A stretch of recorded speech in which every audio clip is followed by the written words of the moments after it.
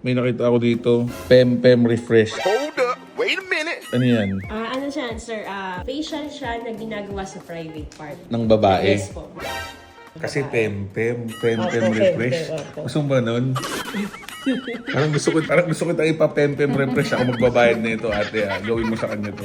Meron din kami, sir, mga permanent makeup na, baka... Uy, gusto, meron sir. pang nipple revival, pussy pink. Uy, ano naman yan, ate? Ano to, sir? Permanent tattoo, yung mga medyo nag-darken na area na sa yung ating private parts sa So, kumbaga, sa ate, babae. yung mga ganito magiging pink, Pink, ganon? yes, ako. Aba, parang gusto ko yun pagawa natin yan. Kaya lang matagal to, hindi, huwag na yan. Magiging Ate, basic wala ka ba yan. nung pampasikip?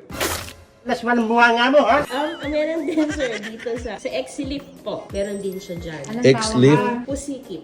Pusikip? Wait a minute.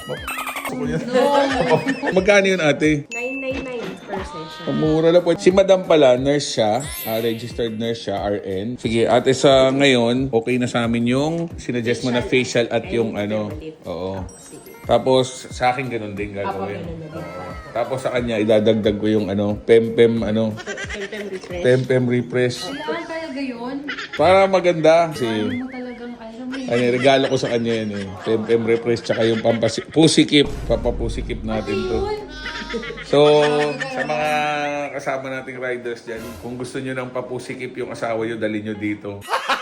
Gusto nyo ba ng review? Whoa, brother, whoa. Bastos ka eh. Hindi, sige.